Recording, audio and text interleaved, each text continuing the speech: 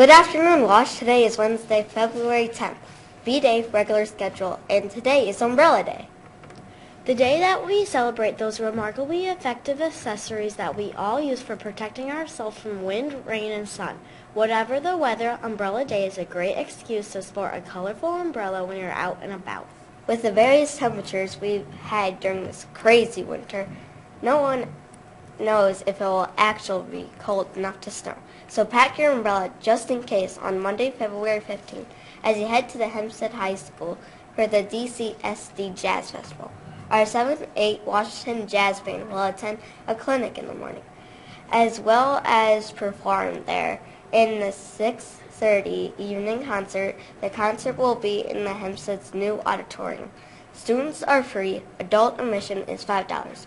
Come out and support our jazz musicians.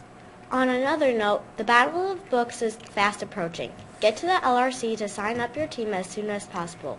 You won't need an umbrella when you shower yourself in some good books. And don't forget about the 7th grade 2nd annual Poetry Open Mic Night on Thursday, February 11th. Your fellow Wallhawks have been hard at work creating original works of poetry and will be sharing their work with you and their families in the upper level apartment of our Five Flags Center. Please enter through the Main Street doors and follow the signs to the event. Remember, this free event will be from 6 o'clock to 8 o'clock p.m. and mochas, lattes, hot chocolates, and coffee, as well as some chocolate chip cookies will be available for purchase from Molly's Silver Screen Canteen. Doors will open at 5:30. Feel free to arrive once the doors are open at 5:30 so you can get a warm beverage and settle in with your friends and family. This indoor event will keep you dry from anything that Mother Nature might be dropping from the sky. Leaf activities today are creative arts, homework help, Y Club, embellished earbuds, and open swim. No umbrellas needed for these activities. Matter of fact, you look pretty silly taking an umbrella to open swim.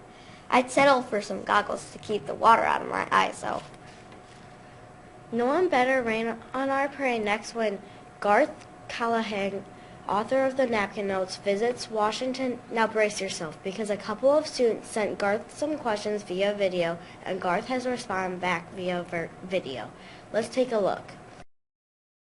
Hi Garth, this is Abigail from Washington Middle School in Dubuque, Iowa, and I have a question for you.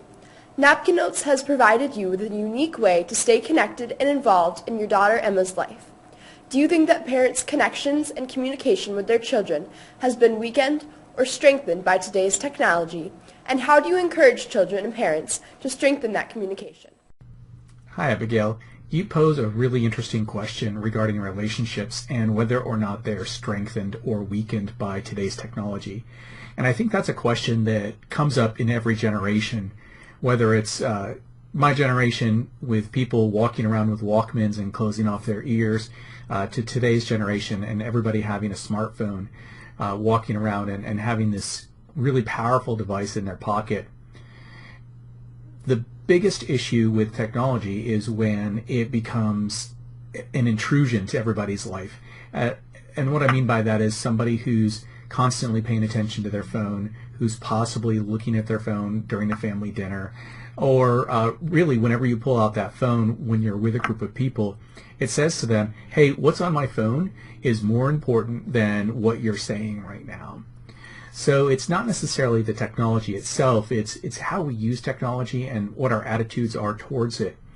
So my goal is to make technology something that is more human, something that allows us to connect and create and impact the world in ways that we never have before, as opposed to less human, which is the more intrusive way. So some examples of that would be using your smartphone to Skype with a friend who lives halfway around the world. That's something that didn't exist 5 years ago, really.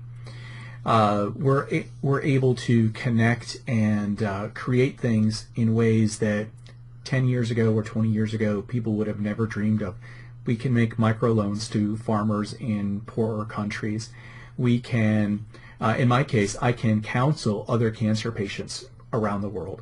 And again, that's something that 10 years ago I would have never imagined doing. So really, it's not the technology, it's how we use it. And so that's something that everybody should keep in mind.